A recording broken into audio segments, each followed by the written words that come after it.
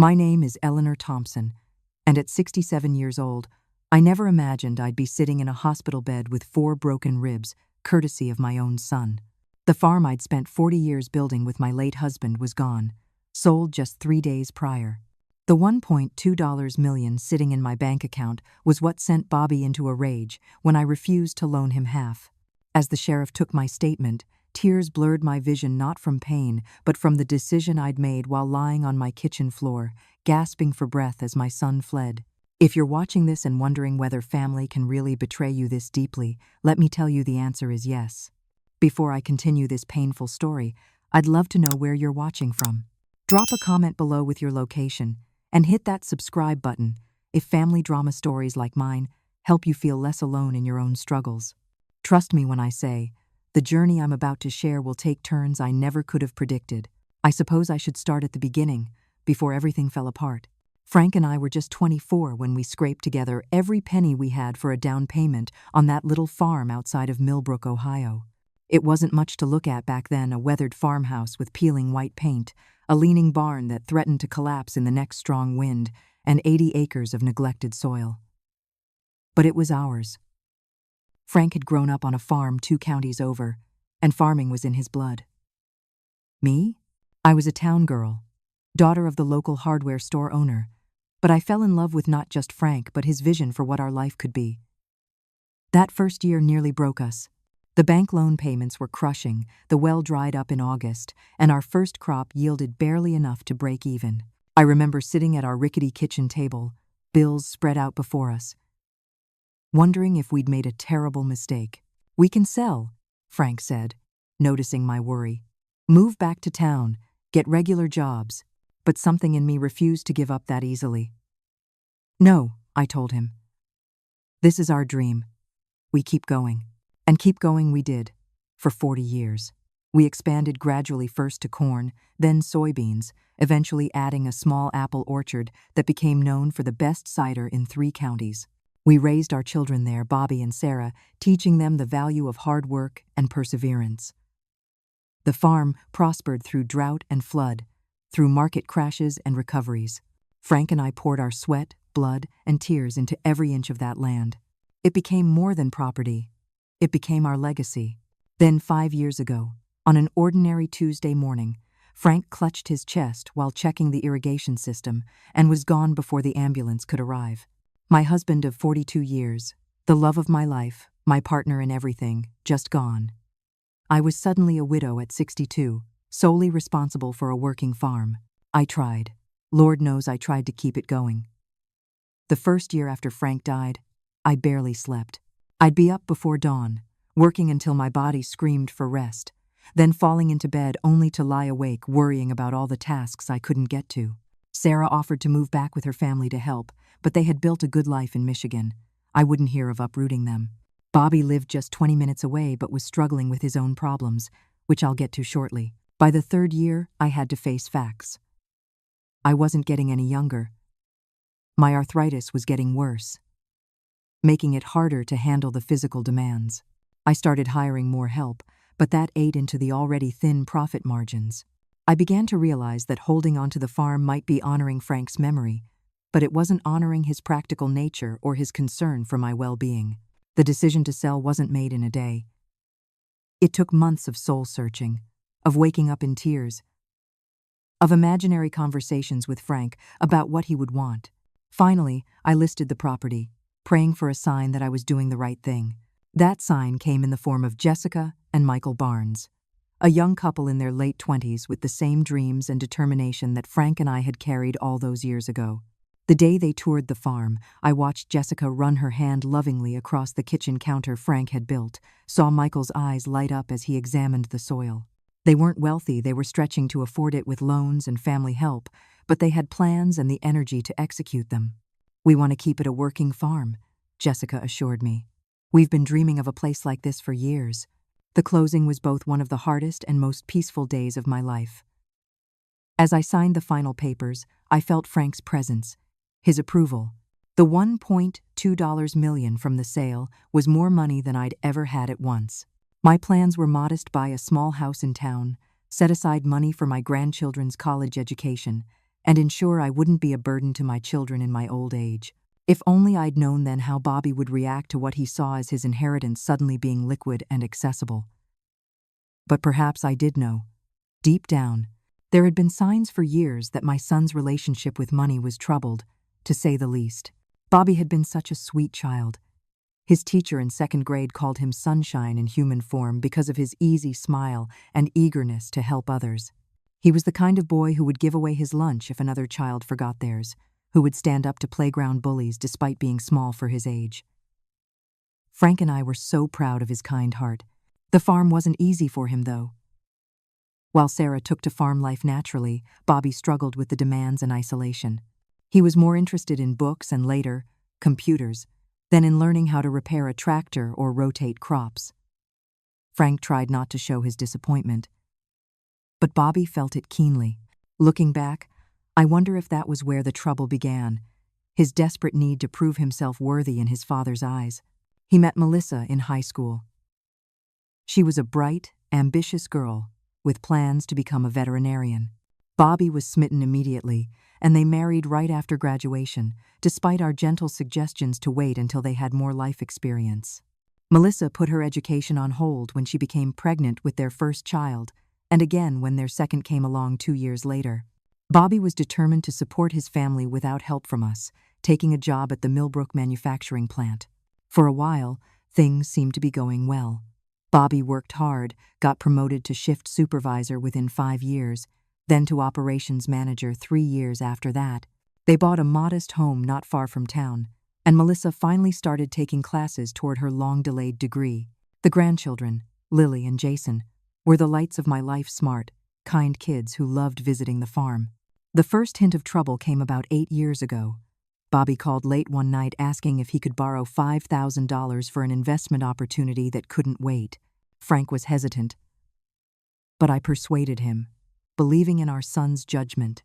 6 months later, when the money hadn't been repaid and Bobby was evasive about the investment, Frank had a serious talk with him.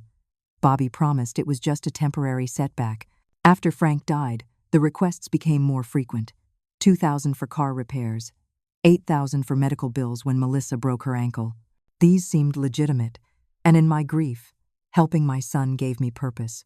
It wasn't until I overheard Melissa on the phone with a friend, worried about Bobby's problem, that I began to suspect something else was going on.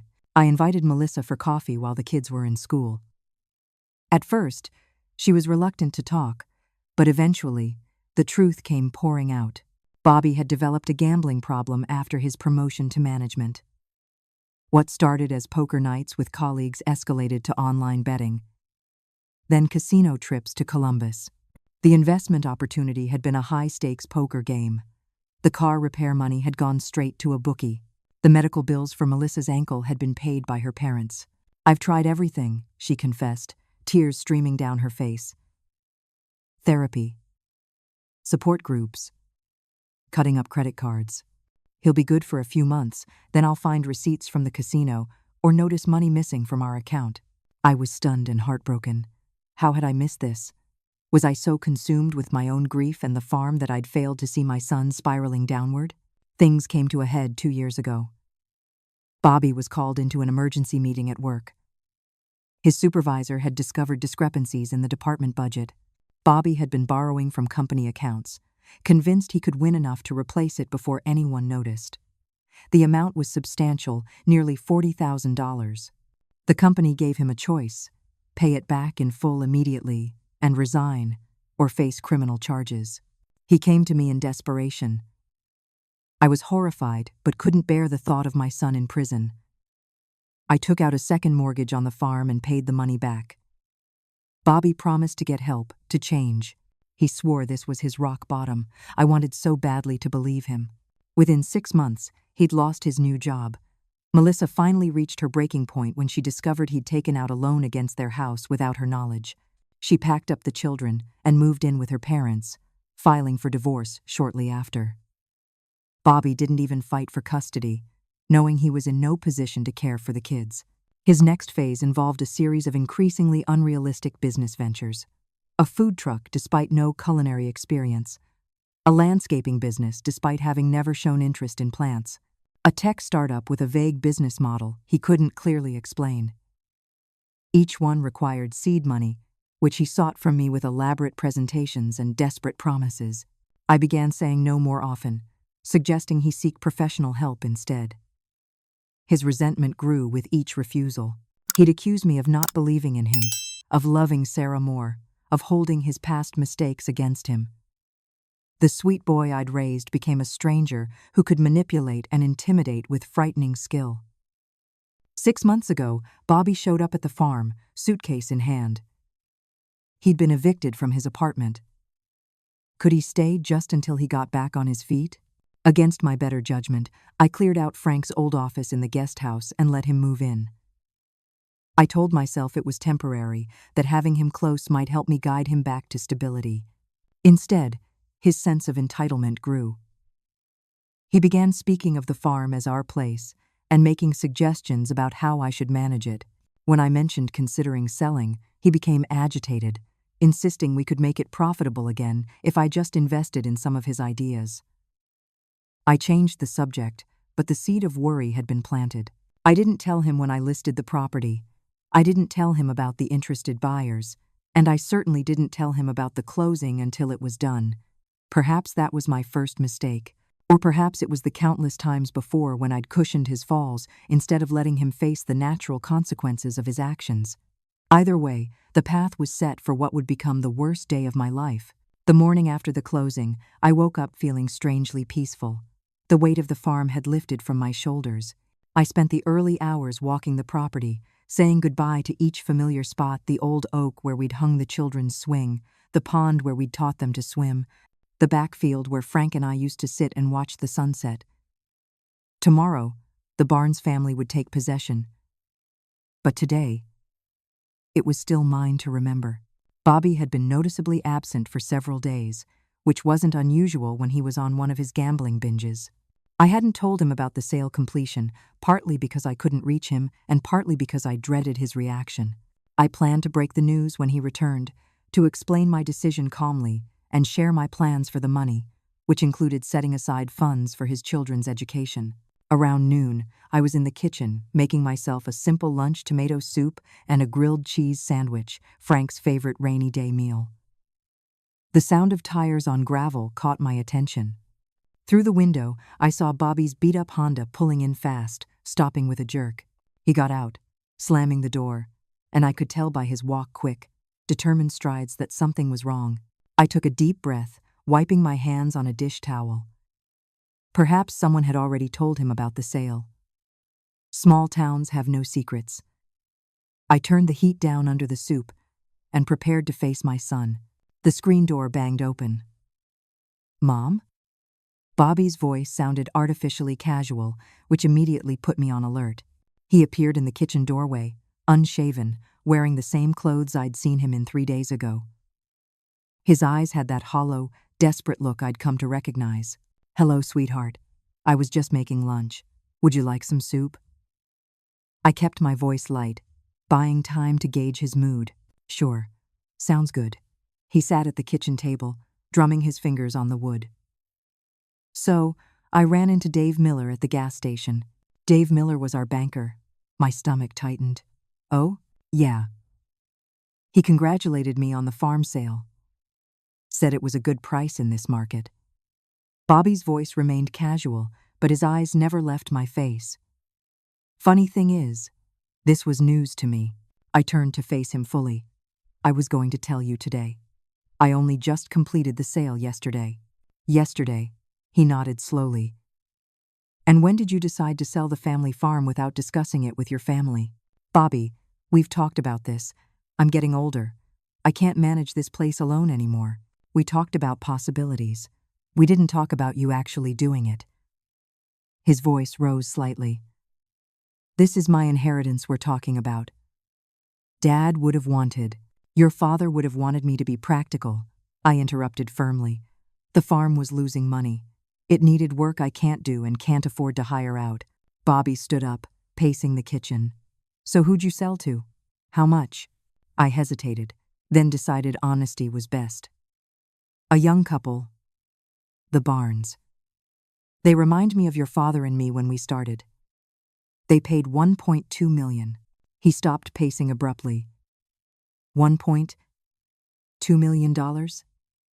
His eyes widened. Jesus, Mom. That's a lot of money. It's a fair price for 80 acres with structures, even if they need work. A strange calm seemed to settle over him. He pulled out a chair, sitting down again.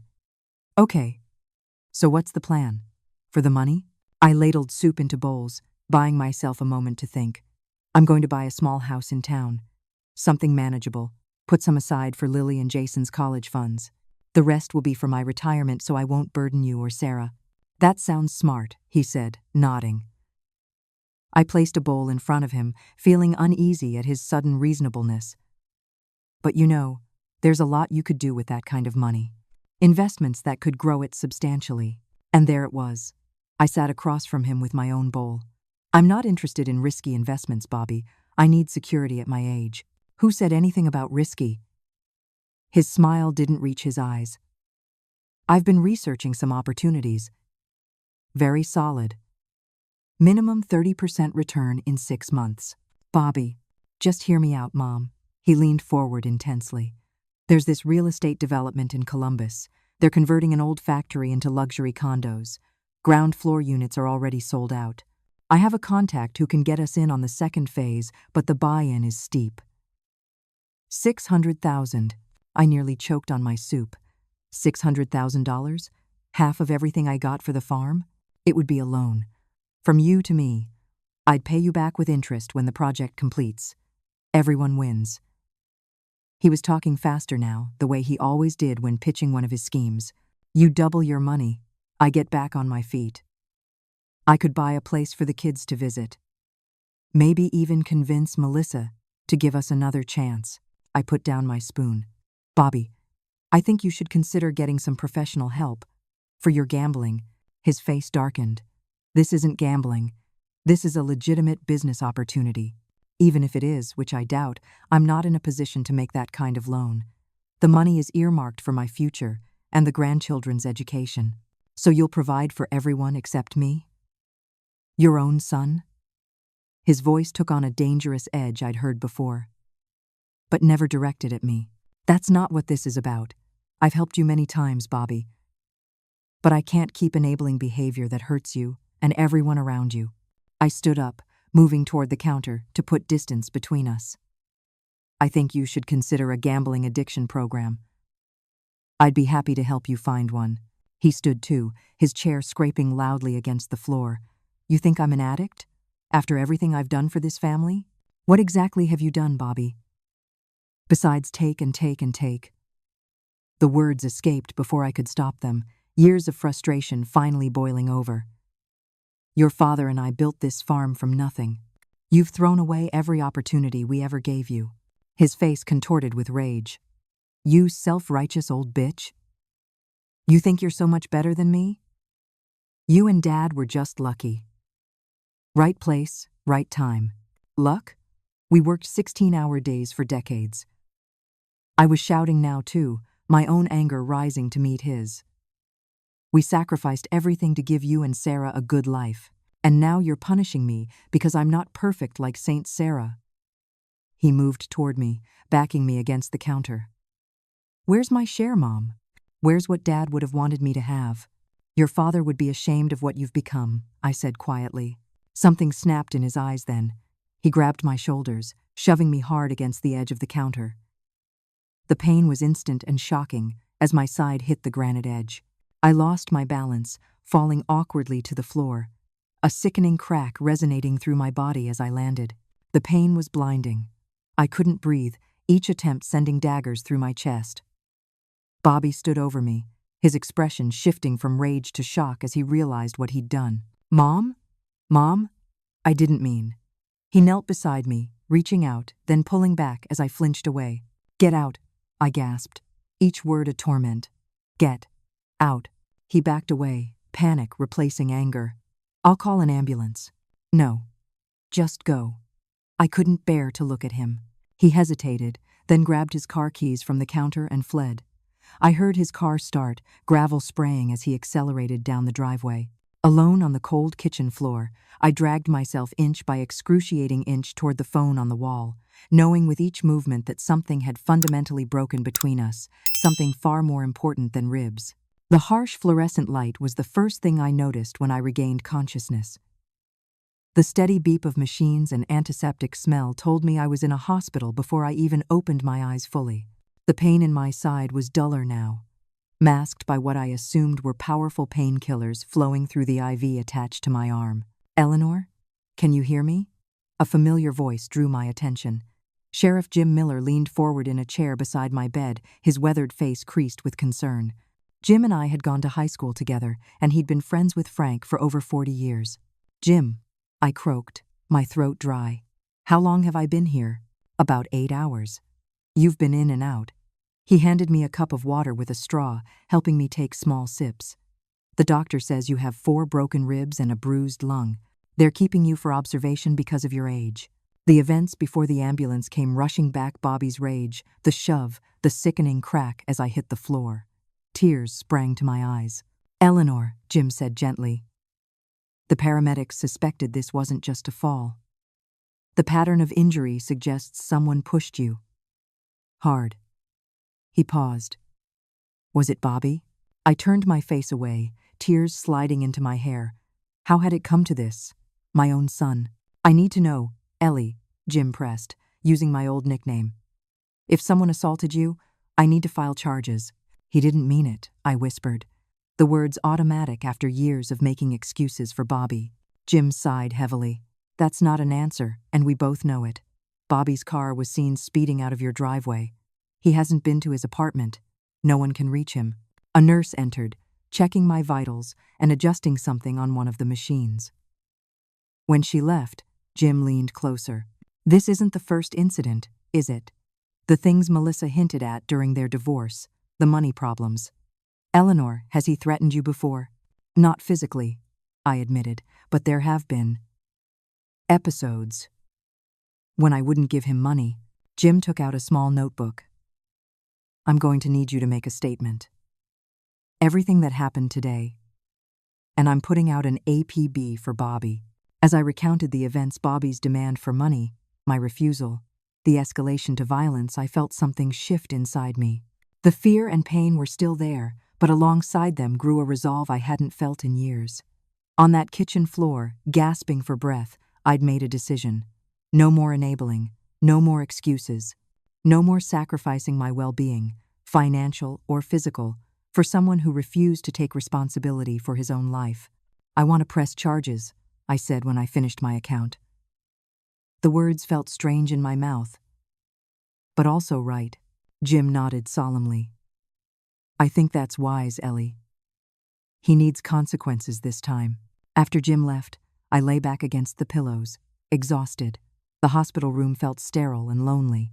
I closed my eyes, trying to find some peace in sleep, when I heard rapid footsteps approaching. "Mom!" Sarah burst into the room, her face pale with worry. She rushed to my bedside, carefully taking my hand. I got on the first flight I could find. "Oh my God, Mom, your face." I hadn't seen a mirror yet, but judging by Sarah's expression, the fall had left visible marks.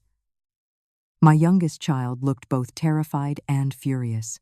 "I'm okay, sweetheart," I assured her, though we both knew that wasn't entirely true. "Bobby did this? My brother did this to you?" Her voice broke on the question.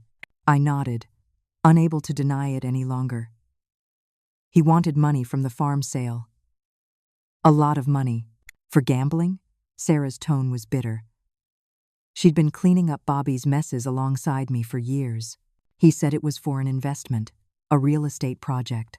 Sarah snorted. "Right, like his food truck investment, or the landscaping business investment." She paced the small room, running her hands through her hair in a gesture so like her father it made my heart ache. "Where is he now? Has he been arrested?" "Not yet. Sheriff Miller is looking for him." "Good." The hardness in her voice surprised me. My gentle Sarah had clearly reached her limit. "Mom, when you're discharged, I want you to come home with us to Michigan. At least until you're recovered." "Oh, honey, I couldn't impose. It's not an imposition. Tom and the kids have been wanting you to visit anyway. We have the guest suite on the main floor, so you wouldn't have to deal with stairs. She sat on the edge of the bed.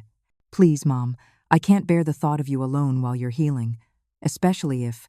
She trailed off. If Bobby comes back, I finished for her. The doctor arrived then, a kind-faced woman in her 50s. She explained my injuries in detail: 4 broken ribs on my right side, a bruised lung, various contusions and lacerations. Given my age, she was concerned about potential complications and strongly recommended I have someone stay with me during recovery. Ideally, you'd have assistance for at least 6 to 8 weeks, she explained. Broken ribs at your age are no small matter. You'll need help with daily activities, and there's a risk of pneumonia if pain prevents proper breathing. She's coming home with me, Sarah stated firmly. To Michigan. I started to protest again, but the thought of returning to the empty farmhouse, the scene of the attack, filled me with unexpected dread. And tomorrow, it wouldn't even be my farmhouse anymore. The Barnes family would be moving in. I'd have to come back for court, I said, realizing I was actually considering it, if they find Bobby.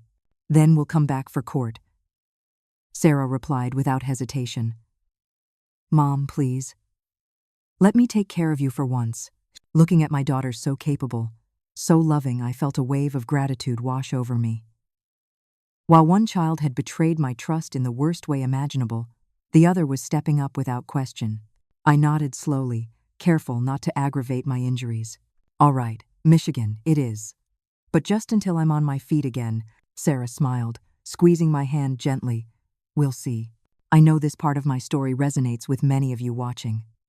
The moment when you realize someone you love has gone too far, and you have to protect yourself even if it breaks your heart.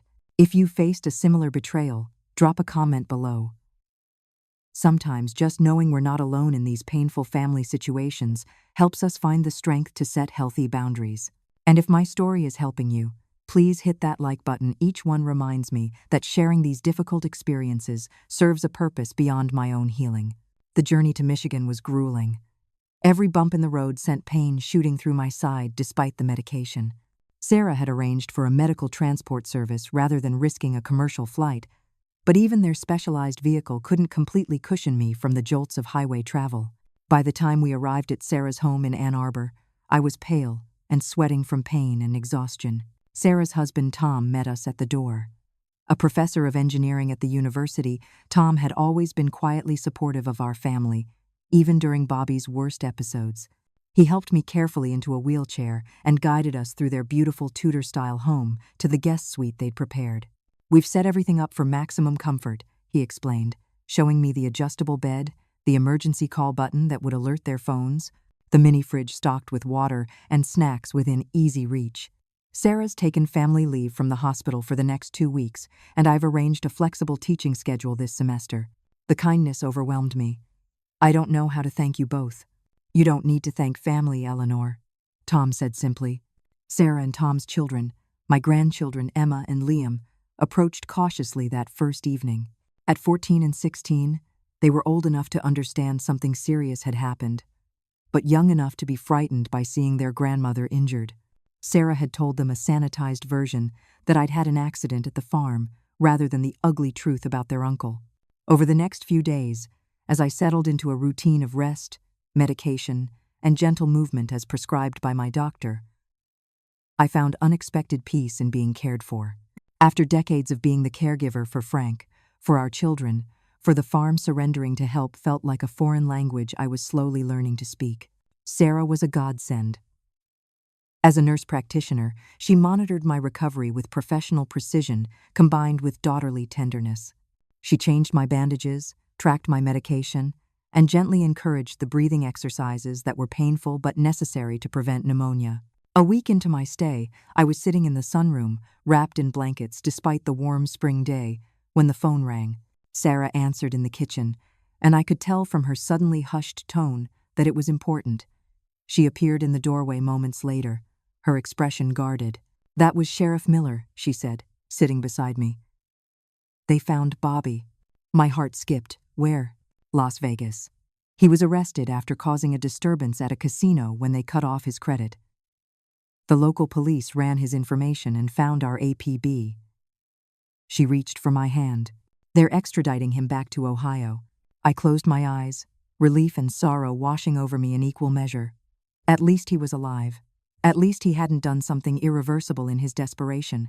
There's more, Mom, Sarah continued gently. The sheriff said they found evidence of additional crimes. Bobby apparently took out credit cards in your name. Used your social security number. What? I looked at her in disbelief. That can't be right. I'm afraid it is. Sheriff Miller said there are at least 3 cards, totaling around $85,000 in debt. All maxed out. The room seemed to tilt. Identity theft. My own son had stolen my identity. When? How? I don't understand.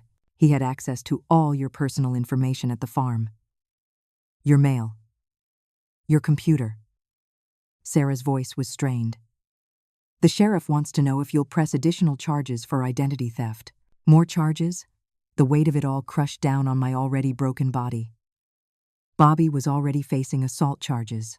Now this. Mom, listen to me. Sarah knelt in front of my chair, looking intently into my eyes. This isn't just about punishing Bobby. This is about protecting you. If you don't report this as fraud, you could be liable for all that debt. Your credit is ruined. The money from the farm could be at risk. But prison, Sarah. He could go to prison for years. Maybe that's what he needs. Her voice was firm but compassionate. Maybe hitting rock bottom is the only chance he has at real change. That night, I couldn't sleep. I lay in the comfortable guest bed, staring at the ceiling, turning over my options. Throughout Bobby's adult life, I'd bailed him out, made excuses, cleaned up his messes. Frank had warned me we were enabling him, but after Frank died, I'd only increased my rescue efforts, perhaps trying to compensate for the loss of his father. Where had it gotten us? Bobby was spiraling faster than ever. He'd physically assaulted me, stolen my identity, and fled the state rather than face consequences. He'd shown no real remorse, made no attempts to get help, and now he'd committed crimes that threatened my financial security and, by extension, my independence. Dawn was breaking when I made my decision. I called Sheriff Miller and told him I wanted to press all charges. Identity theft, fraud, assault, everything. It felt like betraying my son, and yet, in a deeper way, it felt like my last, best hope of saving him. You're doing the right thing, Ellie, Jim assured me. Sometimes the kindest thing we can do for someone is let them face the consequences of their actions. Will you make sure he has access to addiction treatment? In custody, I asked. I'll do everything I can, he promised. When I told Sarah my decision, she hugged me carefully, mindful of my ribs. I'm proud of you, Mom. I know how hard this is. I just hope someday he can understand I'm doing this because I love him, not because I've stopped. I whispered. 3 months later, I returned to Ohio for the court proceedings. My ribs had healed enough for travel, though deep breaths still caused twinges of pain. Sarah insisted on accompanying me, arranging for Tom's mother to stay with the children. The county courthouse hadn't changed in the 40 years since I'd served jury duty there. The same imposing stone steps, the same heavy wooden doors, the same echo of footsteps across marble floors. Sheriff Miller met us in the lobby, his uniform pressed, his expression grave. "How are you holding up, Ellie?" he asked, giving me a gentle hug. "As well as can be expected," I replied truthfully. "Is he here yet?" "Being brought in now." Jim hesitated. "I should warn you. He doesn't look good. Jail hasn't been kind to him. Has he been getting help? For the gambling?" I couldn't help asking. He's been attending the addiction support group we have at the facility. Whether he's taking it seriously, I can't say. The courtroom was nearly empty when we entered, just a few court officers and the prosecutor. A young woman named Andrea Lopez, whom I'd met briefly the day before to review my testimony. We took seats in the front row. I smoothed my skirt nervously, the navy blue one I'd worn to Frank's funeral. It hung looser now. I'd lost weight during my recovery. The side door opened, and 2 officers led Bobby in. My breath caught in my throat. Sheriff Miller had tried to prepare me, but the sight was still shocking. My son, once robust and healthy, With Frank's broad shoulders and my mother's hazel eyes was gaunt, his jail jumpsuit hanging from his frame. Dark circles shadowed his eyes, which darted around the courtroom until they landed on me. For a moment, something like shame flashed across his face before he looked away quickly. The officers seated him at the defense table beside a public defender, a tired-looking man in his 50s with a rumpled suit. The proceedings began with formal introductions. Judge William Hargrove, a stern man I knew from community events, called the court to order. As the clerk read the charges: assault causing serious bodily injury to a family member over 65, identity theft, credit card fraud, I kept my eyes fixed on the American flag behind the judge's bench, unable to look at Bobby. Before we continue, Judge Hargrove said, I understand there are some people who wish to observe these proceedings. He nodded toward the back of the courtroom. I turned to see Melissa walking in with Lily and Jason, now 15 and 13, my grandchildren, Bobby's children. I hadn't seen them in months. Melissa gave me a small, tight nod as they took seats several rows behind us. The children looked confused and frightened. Lily clutching her mother's hand, Jason's face set in a hard mask that couldn't quite hide his pain. The judge asked for Bobby's plea. His attorney stood. Your Honor, my client pleads not guilty to all charges. I closed my eyes briefly. Even now, he couldn't take responsibility. Sarah squeezed my hand. The prosecutor rose. Your Honor, the state has evidence that definitively proves the defendant's guilt, including security camera footage of the assault. My eyes snapped open. Security camera footage? I looked at Sheriff Miller in confusion. He leaned forward. The camera in your kitchen, he whispered. The one Frank installed after the break-in 5 years ago. I'd completely forgotten about that camera. Frank had installed it after our house was burglarized while we were at church. It was so discreetly placed in a decorative wall clock that even I rarely noticed it anymore. Bobby's attorney requested a brief conference with his client. They huddled together, speaking in urgent whispers. Bobby's face paled as he glanced back at the prosecutor, who was setting up a laptop, presumably to show the footage. After a tense minute, the attorney addressed the court again. Your Honor, in light of new information, my client wishes to change his plea to guilty on all charges. A murmur ran through the courtroom. Judge Hargrove raised an eyebrow. Mr. Thompson, do you understand what this means? You'll be waiving your right to a trial. Bobby stood, his voice barely audible. Yes, Your Honor. And are you making this plea voluntarily, without coercion? Yes, Your Honor. The judge nodded. Very well. The court accepts your guilty plea. We'll proceed to sentencing. He turned to me. Mrs. Thompson, as the victim, you have the right to make a victim impact statement if you wish. I hadn't prepared anything. Didn't know if I could find words for the complex tangle of emotions, love, betrayal, grief, anger that had consumed me these past months. But as I rose shakily to my feet, the words came. Your Honor, the physical injuries my son inflicted on me have mostly healed. The broken trust may never fully repair, but I stand here today not just as a victim, but as a mother who still loves her child despite everything. I took a painful, deep breath. Bobby has a disease. Gambling addiction has stolen not just money, but his judgment, his relationships, and now his freedom. I pray that whatever sentence you impose includes mandatory treatment, not just punishment, but a chance for redemption. I sat down, trembling. Sarah put her arm around my shoulders. The judge turned to Bobby. Mr. Thompson, do you wish to address the court before sentencing? Bobby stood again, his shoulders hunched. I don't have excuses, Your Honor. When I saw that money, all I could think about was how it could fix everything, pay off my debts, win back my family. His voice cracked. I never meant to hurt my mother. When she said no, something in me just snapped. I'd been running my whole life from responsibility, from consequences. I'm ready to stop running. Judge Hargrove studied him for a long moment. Mr. Thompson, you committed multiple serious crimes, culminating in a violent assault against an elderly family member who had supported you repeatedly. The assault alone carries a potential sentence of up to 10 years. He paused. However, I'm taking into account your mother's statement and your acceptance of responsibility, late though it may be. He shuffled some papers before continuing. I hereby sentence you to 5 to 7 years in state prison, with mandatory participation in the prison's gambling addiction treatment program. Upon release, you'll serve 3 years of supervised probation and make full restitution for fraudulent charges. Additionally, you are prohibited from having any contact with the victim without her explicit consent and third-party supervision.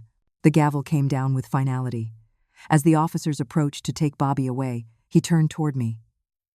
"Mom," he said, his voice breaking. "I'm sorry." I nodded once, unable to speak. They led him away, and he was gone. As the courtroom emptied, Melissa approached hesitantly, the children trailing behind her. "Eleanor," she said formally, "how are you healing?" "Better every day," I replied, drinking in the sight of my grandchildren. They'd grown so much. Melissa bit her lip. "The kids have been asking about you. We've tried to explain what happened in an age-appropriate way." "I've missed them terribly," I admitted. Jason stepped forward suddenly. "Is Dad going to jail because of you?" His voice cracked with accusation. "Jason," Melissa reprimanded. "That's not fair." I met my grandson's angry gaze. "Your father is going to jail because of choices he made, Jason. I love him very much. But sometimes love means not protecting someone from consequences that might help them change." The boy's eyes filled with tears. Lily moved forward, wrapping her arms around my waist in a gentle hug. "I miss you, Grandma," she whispered. "I miss you too, sweetheart." I looked up at Melissa. "Perhaps. When things settle a bit," she nodded. "We could arrange some visits. Start rebuilding." She hesitated. "It might be good for the kids to have at least one stable grandparent in their lives." As we left the courthouse, I felt lighter somehow. The road ahead would not be easy for Bobby, for his children, for any of us. But for the first time in years, it felt like we were moving forward rather than circling the same destructive patterns. After the trial, I made a decision that surprised even myself. Despite Sarah's continued invitations to make my stay in Michigan permanent, I chose to return to Ohio. Not to the farm, which now belonged to the Barnes family, but to Millbrook itself. The small town where I'd grown up, met Frank, and raised my children still felt like home in a way nowhere else could. "Are you sure, Mom?" Sarah asked when I told her my plans. "You know you always have a place with us." "I'm sure, sweetheart. You have your own life to live, and I need to build mine again on my own terms." With the help of Jim Miller's wife, Carol, who worked in real estate, I found a charming 2-bedroom cottage on Maple Street, just 3 blocks from the town square. The yard was manageable, with established flower beds that needed care, but wouldn't overwhelm me. The house itself was all on one level, no stairs to navigate as I aged with wide doorways that could accommodate a wheelchair should I ever need one. The day I signed the papers, using a portion of the farm sale money, I felt Frank's presence strongly. "What do you think, dear?" I whispered in the empty living room. "Is this the right move?" A shaft of sunlight suddenly broke through the clouds, illuminating the hardwood floors. I took it as approval. Downsizing from a farmhouse to a cottage meant parting with decades of accumulated possessions. Sarah came down for a long weekend to help me sort through everything before the movers arrived. We laughed and cried over forgotten treasures. Frank's collection of carved wooden birds, the children's school projects I'd saved, photo albums chronicling our life on the farm. "What about this?" Sarah asked, holding up Bobby's high school baseball trophy. The sight of it sent a pang through my heart. "Set it aside," I decided, "for when he's ready." Moving day came, and with it, unexpected support. Jim and Carol Miller showed up with coffee and donuts.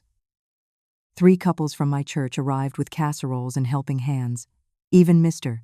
Peterson from the hardware store, now well into his 80s, came by with a handmade birdhouse as a housewarming gift. "The birds will keep you company," he said gruffly, embarrassed by his own thoughtfulness. As I settled into town life, I discovered a rhythm very different from the farm, but satisfying in its own way. Morning coffee on my small back porch, tending the flower beds, walking to the grocery store rather than driving. attending book club at the library on Tuesday evenings. 1 month after moving in, I gathered my courage and visited the senior center. I'd driven past it for years without ever stopping in, associating it with old people, a category I hadn't been ready to include myself in. But now, at 68, I was curious about what it offered. I was pleasantly surprised to find it bustling with activity. A yoga class modified for seniors, a computer lab where volunteers helped people learn to video chat with faraway family, a community garden in the back where members grew vegetables for the local food pantry. "We could use someone with your farming experience," said Doris Wellington, the center's director, when I mentioned my background. "Our tomatoes are pitiful this year." Before I knew it, I'd volunteered to help with the garden 2 mornings a week. The physical activity, gentler than farm work but still satisfying, helped strengthen my still tender ribs. More importantly, it connected me with others who understood the challenges of aging, the losses, the adjustments, but also the unexpected freedoms. 3 months after the trial, I received my first letter from Bobby. His counselor had suggested writing as part of his therapy. The envelope sat on my kitchen table for 2 days before I found the strength to open it. "Dear Mom," it began. "I don't know where to start. I'm sorry seems inadequate for what I've done. The addiction counselor here says I need to take full responsibility without excuses, so that's what I'm trying to do. I hurt you, physically and emotionally. I stole from you. I betrayed your trust in the worst possible ways. There is no justification for any of it." The letter continued for 3 pages, detailing his progress in the prison's addiction program, his therapy sessions, his growing understanding of how his actions had affected everyone around him. There were no requests for money, no hints at wanting special treatment or early release. Just accountability and the first genuine remorse I'd seen from him in years. I showed the letter to Dr. Marshall, the therapist I'd started seeing to help process everything that had happened. "What do you think?" I asked her. "Should I write back?" "Do you want to?" she countered, in her thoughtful way. "I think I do," I said slowly. "Not to pretend everything is fine, but to acknowledge his effort." "Then that seems like a healthy choice," she nodded. "Just remember to maintain your boundaries. Forgiveness doesn't mean forgetting or setting yourself up for more hurt." I wrote back that evening, keeping my response kind but measured. I told him about my new home, about reconnecting with his children, about my volunteer work. I acknowledged his efforts at recovery, but made no promises about our future relationship. It felt like a tiny bridge being extended across a vast chasm, fragile, but a beginning. Around the same time, I met with a financial advisor recommended by Tom's colleague at the university. Together, we developed a plan to protect my assets and ensure my future security. We established a trust for Lily and Jason's education, structured in a way that neither Bobby nor anyone else could access the funds for any other purpose. I updated my will, making Sarah my healthcare proxy and power of attorney should I become incapacitated. "What about your son?" the advisor asked when we discussed beneficiaries. "Do you want to exclude him entirely?" I thought long and hard about this. "No," I finally decided, "but his portion will be managed in trust, with restrictions. He gets nothing if he's actively gambling, and funds can only be used for basic necessities, healthcare, and education. If he stays clean for 5 consecutive years after release, the restrictions ease somewhat."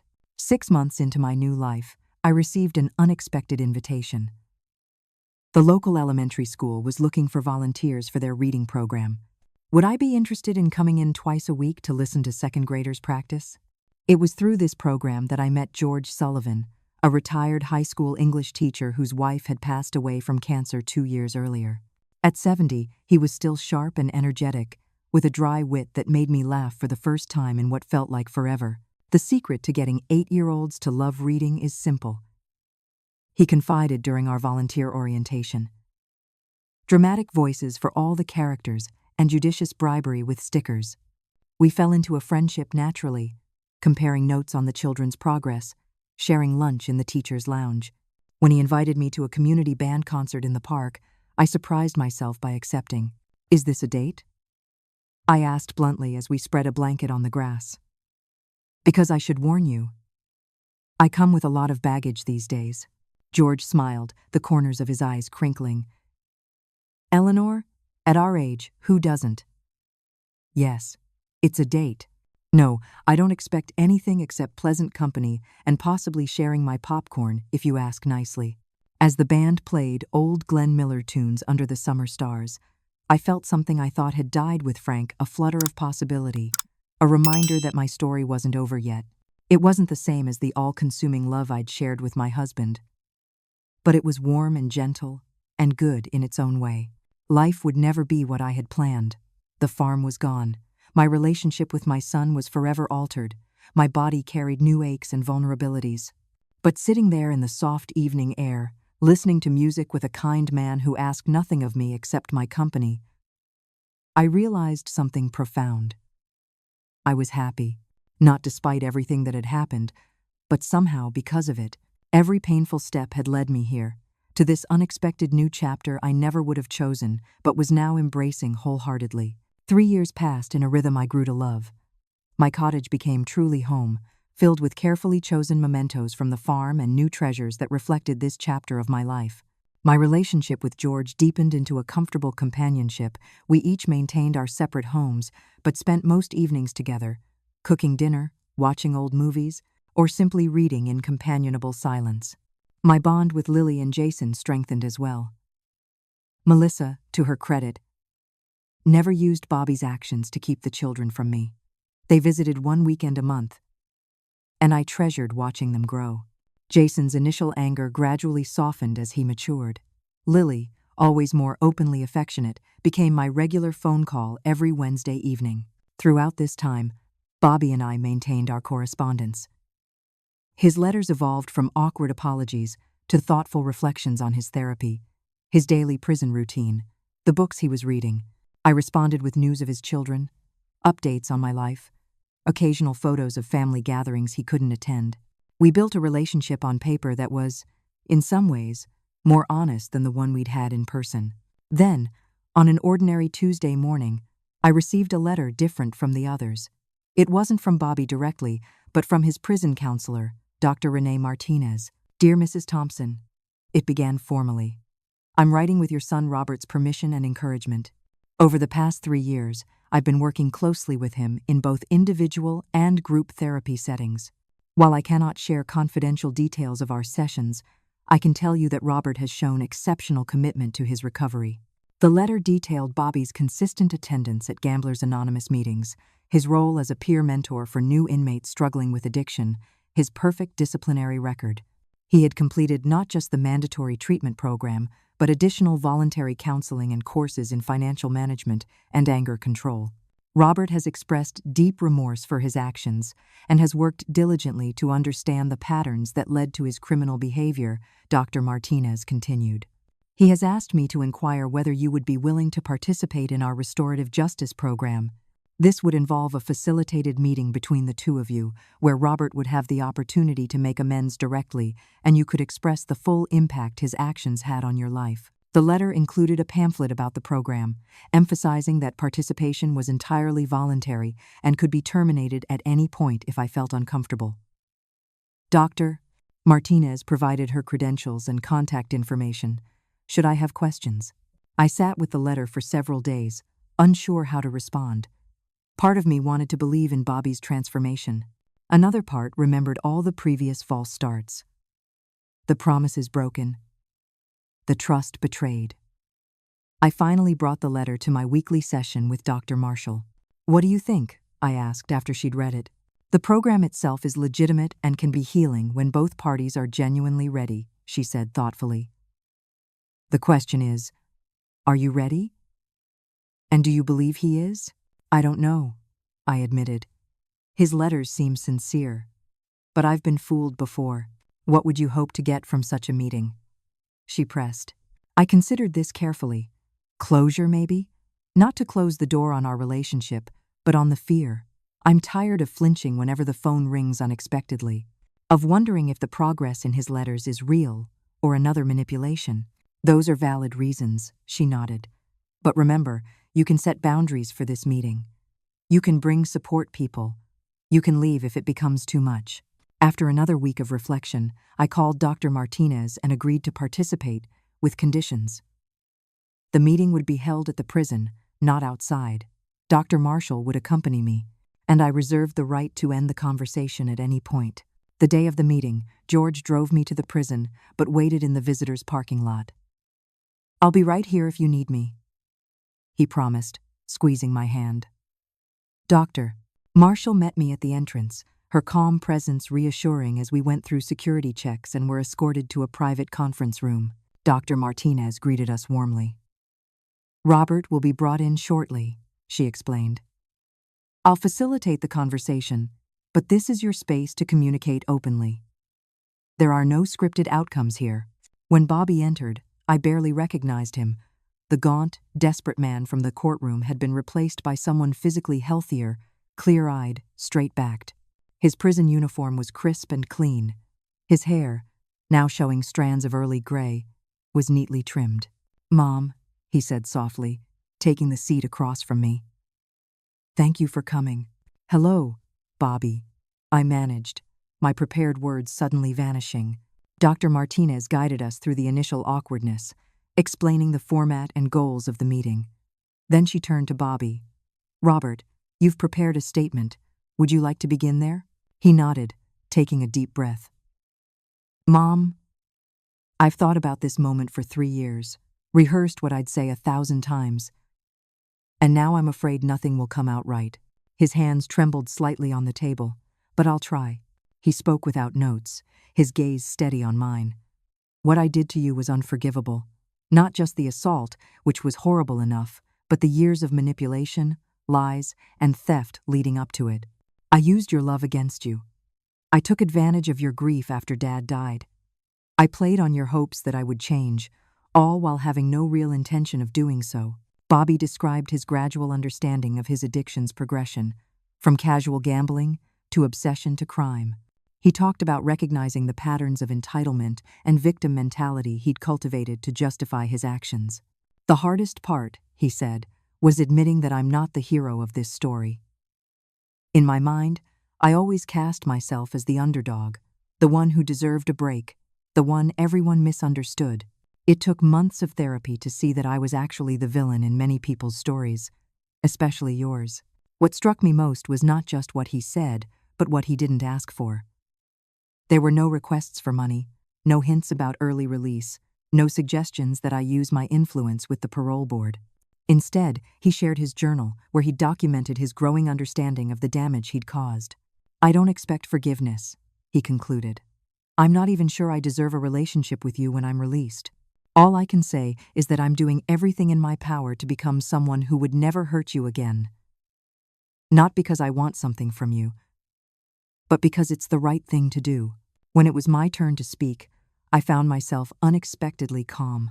I told him honestly about the physical pain of my injuries, the long recovery, the nightmares that still occasionally woke me, about the emotional trauma of being attacked by my own child, about the financial stress of dealing with the identity theft, about how his actions had affected his own children. "I spent so many years making excuses for you," I said. "To others, to myself, even to you. I realize now that wasn't love. It was fear. Fear of admitting I couldn't fix you, fear of what would happen if I stopped cushioning your falls." I took a deep breath. "I'm not afraid anymore, Bobby. I will always love you as my son, but my love now comes with boundaries." We talked for the full 2 hours allotted. There were tears on both sides, moments of painful honesty, even a few tentative smiles when recalling happier memories. Dr. Martinez guided the conversation skillfully, ensuring neither of us became overwhelmed. As our time drew to a close, Bobby asked, "Would it be all right if we continued writing?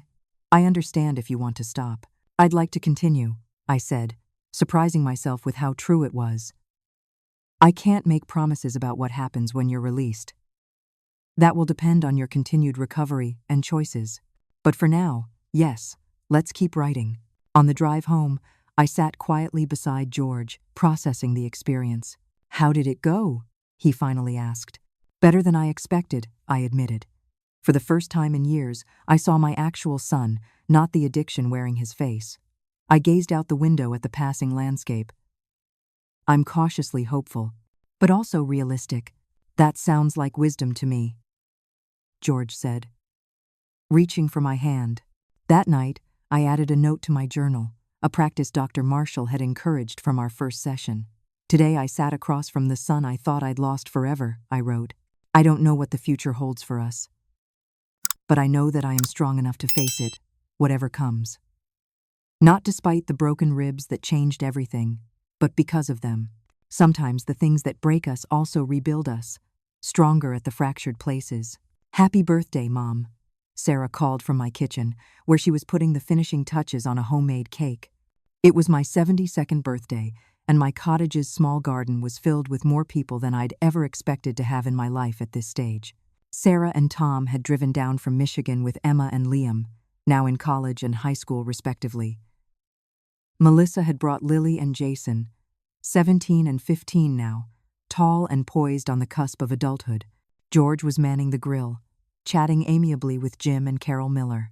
Even Jessica and Michael Barnes, the young couple who had bought our farm, had stopped by with a basket of apples from what had once been my orchard. First crop that really produced, Michael said proudly. We used your pruning techniques, Mrs. Thompson. They worked like a charm. Eleanor, please, I reminded him, touched by the gesture. And Frank would be pleased. He always said those trees just needed patience and consistency. The afternoon unfolded in a pleasant blur of conversation, food, and laughter. Sarah had insisted on decorating despite my protests that I was too old for balloons, and the colorful touches brightened the garden. George had set up speakers playing gentle jazz standards, music we'd discovered a mutual love for early in our relationship. I was opening gifts at the patio table when I heard a car pull up out front. Conversations quieted as footsteps approached the garden gate. And then there he was, Bobby, standing uncertainly at the entrance to my backyard. He'd been released on parole 3 weeks earlier, after serving 5 years of his sentence. I'd known he was out. Of course. We'd discussed it in our letters for months, planning for this transition. He'd secured a job at a recovery center in Columbus, found a small apartment within his limited budget, and continued attending GA meetings daily. But this was the first time he'd come to my home, the first time most of the gathered family had seen him since the trial. The tension was immediate and palpable. Jason stepped closer to his mother. Sarah's smile froze. George moved subtly to my side, a quiet gesture of support. I'm sorry I'm late, Bobby said, his voice carrying in the sudden silence. Traffic was worse than I expected. He held a small package wrapped in simple blue paper. I hope it's okay that I came. Of course it is, I said, rising to greet him. You were invited. We had agreed on this visit by letter, planned it carefully, but seeing him standing there in regular clothes, without guards or barriers between us, made my heart race. Bobby nodded to the assembled group, acknowledging the wariness without challenging it. Hello, everyone. I won't stay long. I just wanted to wish Mom a happy birthday in person. He approached cautiously, maintaining a respectful distance as he handed me the package. It's not much, he said softly. I unwrapped it carefully. Inside was a wooden picture frame, beautifully hand-carved with a pattern of leaves and vines. The craftsmanship was exquisite, the wood polished to a warm glow. I made it in the prison woodshop, Bobby explained. Took me months to get it right. Inside the frame was a photograph I hadn't seen in decades. Frank and me, impossibly young, standing proudly in front of the farmhouse the day we bought it. His arm was around my waist, both of us beaming with hope and determination. I found it in one of Dad's old albums, Bobby said. Melissa helped me get a copy. He paused, swallowing hard. I'm sorry I broke more than your ribs, Mom. The simple sincerity of the statement brought tears to my eyes. Thank you, I managed. It's beautiful. An awkward silence followed, broken by George stepping forward and extending his hand. I'm George Sullivan. I've heard a lot about you.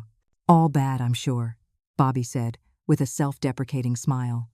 But I'm working on changing that narrative. Slowly, the tension began to ease. Not completely, there was too much history for instant comfort, but enough for Bobby to accept the offer of cake and a chair slightly removed from the main gathering. Jason kept his distance, but Lily eventually approached her father, their conversation hesitant but genuine. Sarah remained coolly polite, protective of me even now. As the party wound down and guests began to leave, Bobby helped George fold up the extra chairs. "I should get going too," he said. "I have a meeting tonight." "GA?" I asked. He nodded. "Every day for the first year out. Non-negotiable with my parole officer, but I'd go anyway." He hesitated. "Mom, thank you for letting me come today. I know it couldn't have been easy. One day at a time, right?" I said, echoing the recovery slogan he'd mentioned often in his letters. "That's right," he agreed. "One day at a time." After everyone left, I found myself sitting on the porch swing with George, watching the sunset paint the sky in shades of pink and gold. The events of the day swirled in my mind, the joy of having most of my family together, the tension of Bobby's presence, the careful dance of rebuilding what had been so thoroughly broken.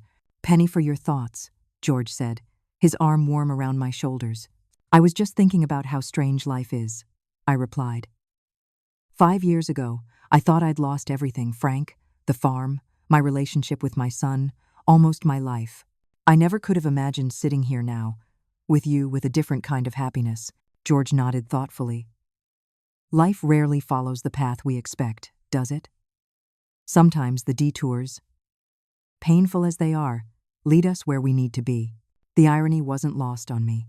If Bobby hadn't attacked me, I might still be struggling alone on the farm, trapped in the cycle of enabling his addiction. If I hadn't sold the farm, Bobby might never have hit his rock bottom, might never have gotten the help he desperately needed. If I hadn't been forced to reinvent my life, I might never have met George, never discovered the strength and resilience I didn't know I possessed. Later that evening, as George drove home to his own house a few blocks away, I sat at my kitchen table with the carved frame before me. Young Frank and Eleanor looked back at me, their future with all its joys and sorrows, triumphs and tragedies still unwritten. I touched Frank's face gently. "We did our best," I whispered. "It wasn't perfect. It wasn't what we planned, but we loved them, and in the end, that had to be enough." The next morning, Bobby called. "I was wondering if you might want to have coffee sometime this week," he said, his voice carefully neutral, expecting refusal. "Just to talk. No agenda."